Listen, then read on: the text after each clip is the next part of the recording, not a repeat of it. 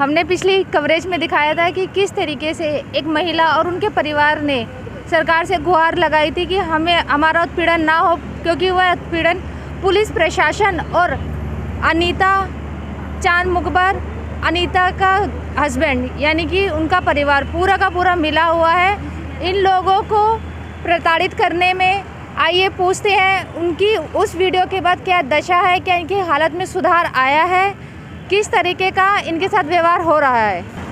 देखिए, पिछली बार हमने आपको दिखाया था किस तरीके से यहाँ ये जो रेडी लगाते हैं, इन्होंने अपनी शिकायत सरकार तक पहुँचाने के लिए हमारा माध्यम से सरकार तक अपनी शिकायतें पहुँचाई थी। आइए पूछते हैं क्या उनकी शिकायतों में कुछ कमी आई है, लोगों ने उनको परेशान करना कम किया है।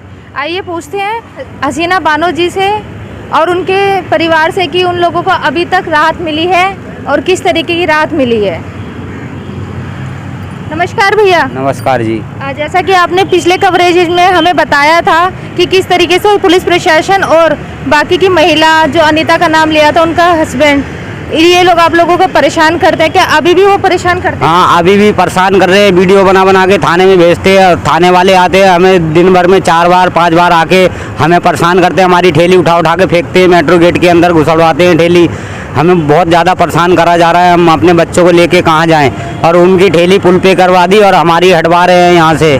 तो वो किस तरीके की आपकी वीडियो बना रहे हैं? वो हमारी वीडियो ये बना रहे हैं, अपनी तो ठेली उन्होंने बंद कर ली, कह रहे इसकी भी बंद होनी चाहिए।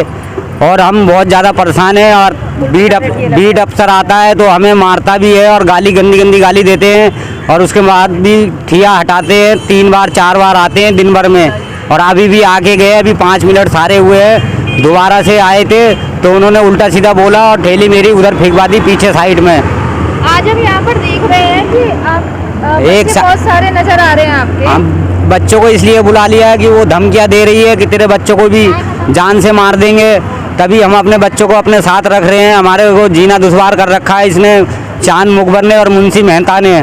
बड़ी धमकियाँ देता है, मेरी बीवी को भी धमकियाँ देता है कि तेरे चेहरे पे इतना ब्लेड मारेंगे कि तेरा चेहरा बेकार हो जाएगा, या तो अपना ठिया हटा ले यहाँ से। हमारे बच्चे स्कूल जाते हैं तो उनको भी रास्ते में रोक के धमकियाँ दी जाती हैं कि तुम्हारा भी रेप कर देंगे। जैसे हम रेप करके बाहर घूम रहे हैं, सरकार ने हमारा कुछ नहीं बिगाड़ा है, ऐसे ही हम तुम्हारे साथ करेंगे, तुम्हारी बच्चियों का बलात्कार करेंगे, ऐसे करके बोल रहा था मुंशी मेहता और चांद मुखबर। तो क्या उन लोगों ने इस तरीके के अपराध को किया हुआ है? हाँ, रेप के केस में अंदर गया हुआ था तो उसकी बीवी ने बाहर निकाल लिया जमानत से। फिर हमारे को धमकी दे रहे, देख हमारा आदमी रेप करके भी बाहर घूम रहा है, ऐसे ही तुम्हारे साथ हादसा करेंगे, जब भी तुम बाज आओगे, ऐसे बाज नहीं आओगे। आपने इसकी शिकायत पुलिस में नहीं की? पुलिस में करी थी, शिकायत करी थी, पुलिस में कंप्लेंट भी करवाई थी। हमारी 2 साल हो जा रहे हैं, ना कोई हमारी कंप्लेंट नीचे दबा दी, हमारी कोई कार्रवाई नहीं करी गई। हमारे को फिर भी सताया जा रहा है ऐसे ही करके। और वो जरा सा भी कुछ बोलती है तो पुलिस वाले हमारे साथ आ जाते हैं। और जिस दिन ठिया हटाने को थी तो उस दिन इन्होंने पुलिस दोनों बीट अफसर आए थे, चांद था, अनीता था, और अनीता का घर वाला मुंशी मेहता, इन्होंने मीटिंग बनाई। उसके बाद में अपनी ठेली तो हटा ली और मेरे को जीना दुश्वार कर दिया। हमने एक साइड में लगा रखी है, फिर भी यहाँ आके हमें मारा तोड़ी लगाते हैं, हमारी ठेली फेंकते हैं, हमारा सामान फेंकते हैं, गंदी गालियाँ देता है बीट अफसर संदीप। जब वो इस तरीके की वारदात आपके साथ करते हैं तो आप 100 नंबर पे फ़ोन और दोबारा क्यों नहीं करते हैं? 100 नंबर पे भी पहले करा था, तो 100 नंबर भी ऐसी है, बस बात जहाँ पैसा मिलता है उसी की बस बात सुनी जाती है, और क्या है। यानी कि यहाँ पर कोई भी ऑफिसर ऐसा नहीं है जो बिना पैसे के आपसे बात करे? नहीं, सब पैसे के ऊपर बलबूते पे यहाँ बीट अफसर आते हैं। और क्या ये बीट ऑफिसर आपसे भी कुछ लेकर जाते हैं? हमसे 3500 रुपये महीना लेता था बीट अफसर, फिर अब ये बोल रहा कि जो पैसा ज़्यादा देगा उसकी ठेली आगे लगेगी, ऐसे करके बोल रहा है। और हमने पैसा देना बंद कर दिया तो हमारी ठेली उठा के फेंकी जा रही है, एक तरफ कबाड़ खाने में फेंक रहे हैं। क्या उन लोगों को सैलरी नहीं मिल रही है सरकार से? सैलरी अब ये तो जाने सैलरी मिल रही है या नहीं मिल रही है उनको, फिर भी हमारे गरीब को दुखी करते हैं और पैसा मांगते हैं। अब पैसा हमने देना बंद कर दिया तो हमारी ठेली लगने नहीं दे रहे हैं। और अनीता के एक कॉल पे तुरंत भागे चले आते हैं, दिन भर में 4-5 मरतबा हमें परेशान करते हैं, हमारी ठेली को उठा के फेंकते हैं, दुखी करते हैं, गंदी गालियाँ देते हैं। हाँ जी, आप बताइए। नमस्कार। आपके साथ वो तो ये बोलता है मुंशी मेहता और चांद मुखबर कि कोर्ट कचहरी पुलिस थाना सब हमारी जेब में रहता है। किस तरीके से उसके जेब में है? अब ऊपर वाला ही जाने, उसको मालूम होगा। वो तो ये कहता है कि हम दोनों तो रेप करके भी हम बाहर घूमते, तो यही हमें, और हमारा कोर्ट कचहरी पुलिस थाना हमारा कुछ नहीं बिगाड़ा, ये तो हमारा सब जेब में रहता है। जैसा कि हमने पिछले कवरेज में दिखाया था कि यहीं पर आगे एक और रेडी लगी हुई थी जो आपने उन्हीं की बताई थी, अनीता की, तो उसने चाल चल के अपने पुल पे लगा रखी है और हम लोगों की भी हटवा रही है। संदीप बीट वाला आता है, वो हमें तंग करता है। तो वो क्या कहते हैं आपसे, मतलब एक महिला की इतनी चलती है कि आप लोगों के पुलिस अधिकारी भी आप लोगों की ना सुनकर उस महिला की सुन रहे, क्या वो महिला उनको सैलरी देती है?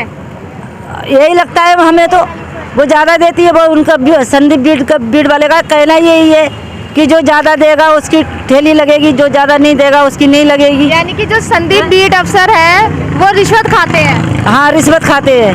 मुझे तो लगता है सरकार उनको तनख्वाह ही नहीं दे रही है, या हम बलबूते पे जी रहे हैं। हम अपने बच्चे पाले कि उनके बच्चे पाले? हमारी लड़कियों को भी धमकियाँ दी जाती हैं। आज मैंने अपनी बच्चियों को भी अपने सारे दिन अपने साथ रखा है, या घर में तलक जीना दुश्वार कर दिया हमारे बच्चों। कब तक इन बच्चियों को अपने साथ रखेंगे? जब तक रहते हैं, जब तक साथ रहती है।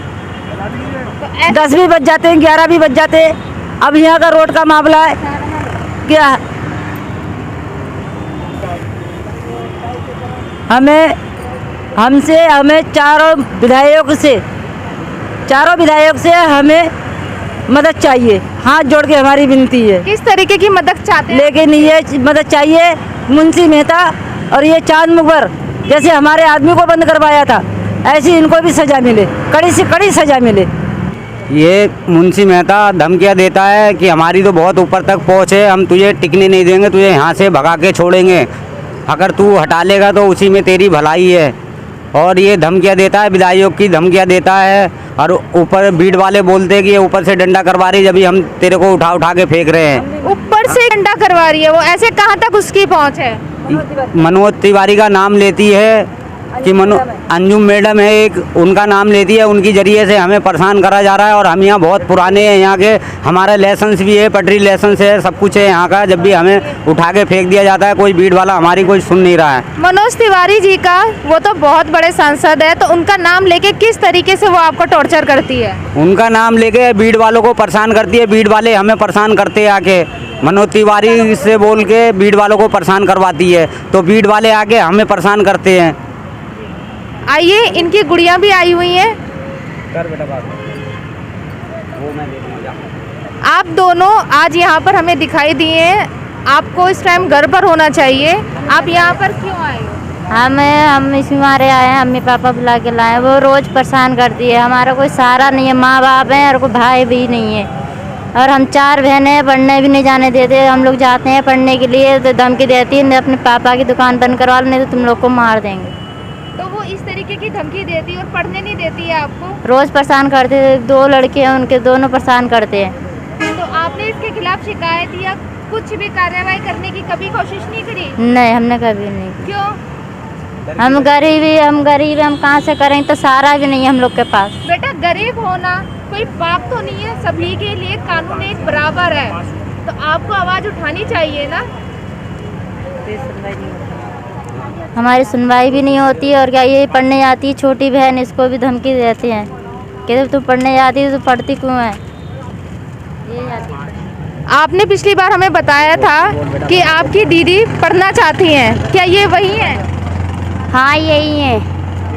और ये भी पहले ये भी सोचती थी मैं भी पढ़ने जाऊँ, ये जाती थी तो इनको भी पहले रोक के ऐसे बोलते थे, तू अब समझा ले अपने मम्मी पापा को, तेरे भी समझ में नहीं आता हम जो बोलते हैं, क्या बोल नहीं मिलता तो अपनी मम्मी पापा से, तो इसको भी धमकाते थे, इसने जाना छोड़ दिया। मैं अब जाती हूँ तो उस दिन भी मुझे रोक के धमकाया था कि अपने मम्मी पापा को समझा ले। अगर मेरी सुनवाई नहीं हुई तो हम अपने बच्चों के साथ डीसीपी साहब के ऑफिस के पास भूख हड़ताल पे बैठ जाएंगे। तो ये भूख हड़ताल आप उनके ऑफिस के बाहर करेंगे? हाँ, ऑफिस के बाहर उनकी भूख हड़ताल करेंगे, अपना पूरा परिवार लेके बैठ जाएंगे, वहीं मर जाएंगे, अपने प्राण वहीं दे देंगे। अगर हमारी सुनवाई नहीं हुई, हम बहुत ज़्यादा गरीब आदमी हैं, हमारे को सताया जा रहा है, बहुत ज़्यादा सताया जा रहा है, इसलिए हमें मदद चाहिए सरकार की। अगर हमारी किसी ने भी नहीं सुनी तो हम अपनी जान दे देंगे, डीसीपी के ऑफिस के बाहर में भूख हड़ताल पे बैठ जाएंगे पूरा परिवार लेके। तरीके से यहाँ पर मनोज तिवारी जो कि सांसद है, उनका नाम लेकर पुलिस वाले और अन्य लोग इन सभी को प्रताड़ित करते हैं। क्या गरीब होना इन सभी के लिए अपराध बन गया? क्या गरीब होना इन लड़कियों पर इतना भारी पड़ गया कि जो बेटी बचाओ बेटी पढ़ाओ आंदोलन के लिए इन लड़कियों को जाने भी नहीं दिया जाता पढ़ने के लिए, जो ये कहती है सरकार से कि हमें पढ़ना है, परंतु जो अनीता है, चांद मुखवर है एवं उसका पति अनीता का, इन बच्चियों को भी पढ़ने नहीं देता। क्या इनका हक नहीं है पढ़ाई पर? आप सभी से हम यही पूछना चाहते हैं, कृपया करके हमें कमेंट में इसका जवाब दीजिए कि क्या गरीब होना एक गरीब के लिए इतना बड़ा अभिशाप बन जाएगा कि जो उनके बच्चे तक उनके साथ रहे 24 घंटे और एक महिला द्वारा इतनी प्रताड़ित हो रहा है पूरा परिवार कि उनको आने जाने में, यहाँ तक कि अपना काम करने में भी इतनी दिक्कत आ रही है कि पुलिस प्रशासन तक एक महिला के कहने पर नाच नचा रहा है। आइए देखते हैं इनकी मदद कितने लोग कर पाते हैं, कहाँ तक इनकी आवाज़ पहुँचती है। मैं सृष्टि मोहित चौधरी के साथ VMI न्यूज़ से, धन्यवाद। जय हिंद, जय भारत।